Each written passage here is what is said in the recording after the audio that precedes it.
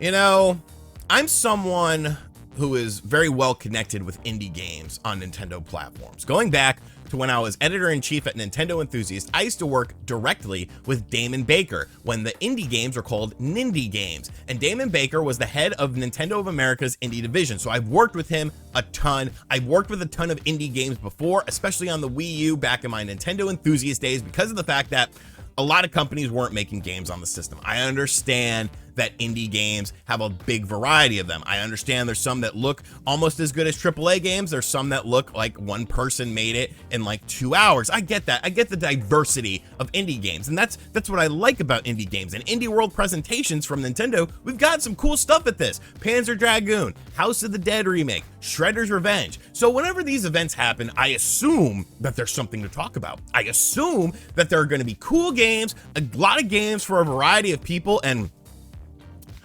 you know what, when you assume, you make an ass out of you and me, because Nintendo has lost their damn mind. Whoever put this presentation together, you need to be fired. Okay, I don't want anyone to lose their jobs, but you're not good at your job. You're not good at whoever handpicked these games for this presentation. You're not good at your job. No hate to any of these indie developers. Your games are just not my style. But let's talk about this Indie World presentation, because oh boy. Kicking things off with an absolute banger of a game, we have Venba. It's a cooking game about an immigrant Indian family coming to Canada in the 1980s. You cook traditional Middle Eastern Indian dishes. You watch your son grow up. I'm not making this up, people. This is what they started a video game presentation with. The day that God of War came out on the PlayStation platforms, this is what they're counteracting it with. It comes out next spring. Who needs God of War when you got Venba? Goodbye World was up next. Now, this is the thought process that I had a lot during this presentation. It's me saying goodbye to the world because I didn't want to watch this anymore. It's a game maker sort of thing. You play as a struggling indie studio making a Game Boy style platformer game that sometimes you get to play and sometimes you have to do real life stuff in it. Comes out later this month. Have a Nice Death. Now, this game actually looked interesting at the start. It looked kind of cool, kind of had a Cuphead-ish kind of art style, but what's one thing, besides cozy games, what does RGT not like? Roguelike games, especially 2D roguelike games, because they're like a plague on the video game industry. And guess what this is? Oh, it's a roguelike game. There's lots of weapons and spells to use. The character looks like Death Jr., if you remember that franchise, so I thought maybe it was a new Death Jr. game, but it's not. It's Have a Nice Death. I guess Death is just a generic character that people are using nowadays. It comes out on March 22nd. Aka, I don't remember how to pronounce this. It's AKA, I guess it could be also known as. It's a small open world game. Once you find inner peace, you take naps. You water plants, you feed animals, you walk around this tiny little island that you're on, finding peace, finding zen. Comes out on December 15th. Pepper Grinder. It's a game published by Digital Devolver. I didn't like it though. Like, you have a drill and you kind of drill. It's kind of like a kind of Shovel Knight-y, I guess you would say. Like, you have a drill and you use the drill to go under things and around things, and it's 2D side-scrolling game. At least it looked like an actual video game. It looked like something that, maybe people would be interested in. I wasn't super interested in it. I didn't like all the pepper jokes that they made of different people saying pepper in different dialects and stuff like that. Like, I don't know, it was just corny to me, but I feel like we're going to get to a point in society where you can't even do stuff like that. You can't make fun of a dialect. But yeah, Peppa Grinder 2023. Coffee Talk Episode 2, the hit sequel to Coffee Talk Episode 1. A narrative-driven coffee game where you play as a barista.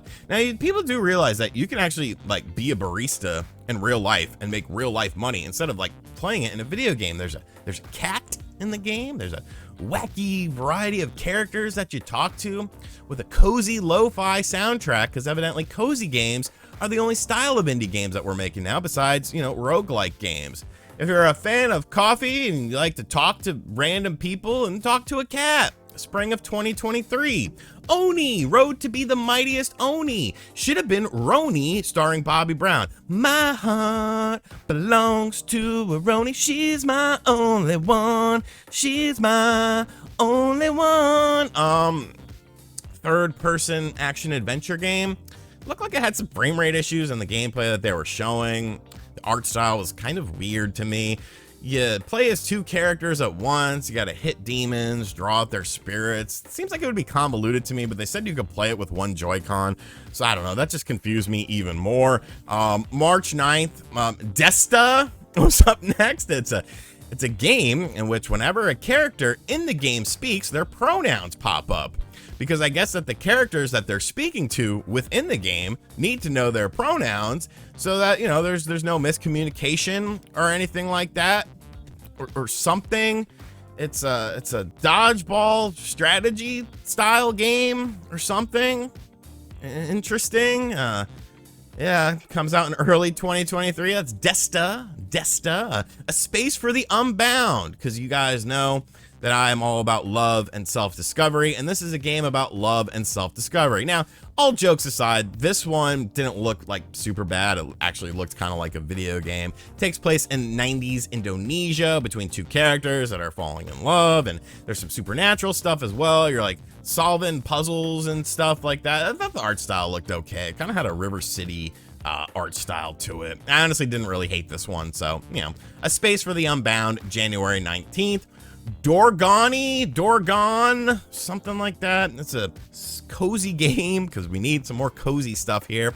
Where you revisit childhood memories by going to your grandmother's house who's passed away. I guess who owns the house now? Does the family own the house? Does the state own the house? I feel like there's questions that need to be answered there.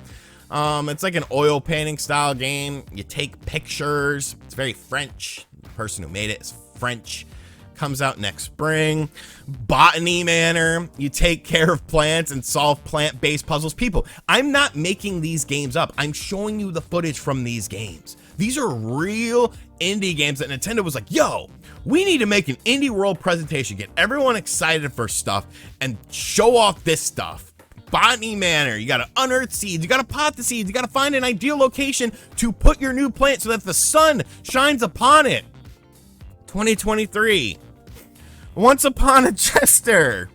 It's a game, a traveling musical theater game starring thespian friends, and that's what, you know, those people are called. They're thespians. It's a game of friendship.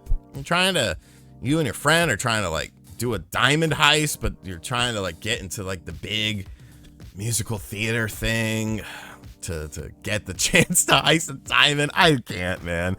I can't. I'm sure these people presenting this game are very nice individuals, but holy hell, man. You gotta read the room at some point. It comes out today. Rogue Legacy 2, the sequel to Rogue Legacy 1, the 2D side-scrolling roguelike game that everyone's been waiting for because there's not enough 2D side-scrolling roguelike games. Comes out today. Blanc was up next.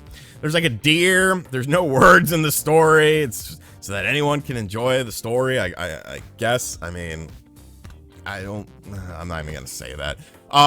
It looks like a pencil sketch. It's very white.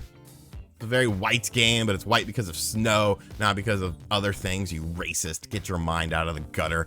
Blanc, I didn't catch when this was coming out. Then we got a sizzle reel with WrestleQuest, which is actually a good video game. It's an RPG style wrestling video game with a lot of classic wrestlers in it, like Bret Hart's in it, Andre the Giant's in it, Sergeant Slaughter's in it. Like, very cool. This is a game that should have been given a spotlight over Botany Manor, Wobble Dog, Storyteller, World of Horror, Curse of Sea Rats. As the sizzle reel went along, I started to lose interest. And then this next game, I don't know what I just watched.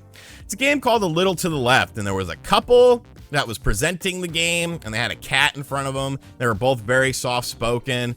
Who are these people? Why is this a game? You literally tidy up stuff in the game, and they're sitting there dead ass trying to sell people on this game. Like, you tidy stuff up. Isn't that a cool concept for a game? No, it's not. Go tidy up your room. Go tidy up your house. Like, I don't understand. I don't understand. I'm gonna calm down though, because we ended on a decent note with Sports Story, an actual video game. a game that people are familiar with. It's a solid sports RPG with weird stuff, Link to the Past art style. I did not like the text that they use for the dialogue in the game. It's very intruding and it looks very cheap, but everything else about this game looked really cool, honestly. You know, it now comes out in December, so that's going to be a big game for December for a lot of people. I probably will pick up Sports Story. I definitely like what they showed from this game, but was this enough to save the show? Hell no. Hell no, because most of the stuff could have just been a random trailer. What is the point of this presentation? Like, I understand you're trying to give a spotlight to smaller indie developers, and no hate, no disrespect to any of these indie developers. Make what you want to make, you know, follow your dreams, follow your passions. That's cool. There's going to be someone out there that it resonates with. But for me, I can only speak for myself. I'm the person who watched this show for 25 minutes, and this show was a piece of shit. Whoever put this show together at Nintendo is an idiot. Like, you have to have stuff, a variety of stuff. Not everyone likes cozy games. If that was the case, then cozy games would outsell everything else. Not everyone likes these minimalistic style games. You can have these in a presentation, but you should also have stuff that looks like a modern video game, because there's a ton of indie games that come out. There's a ton of indie games that are in development that actually sort of resemble like modern gaming stuff. Not everything has to be a retro thing, and I'm a retro gamer. I like retro stuff, but this presentation sucked ass. Nintendo has lost their damn mind, especially the timing of this. You have to look at the optics of it, and I get Nintendo lives in their own world, but God of War came out today, and this is what you counter it with. This is the publicity you want for your company. And the Nintendo Switch, look at these games. You don't need God of War. You got Desta, strategy, dodgeball game. Got Botany Manor, manage your plants. I can't say anything else about that. I can't say anything nice. If you don't have anything nice to say, don't say anything at all. So we're gonna wrap up this video. Did you like this presentation? If you did, I'm shocked that you're subscribed to this channel, because I feel like this is like the anti-RGT 85 presentation and people that watch me. But maybe you got some enjoyment out of it. Let me know what you thought of it in the comments section. I don't, whatever. Goodbye. I'll catch you on the next video later.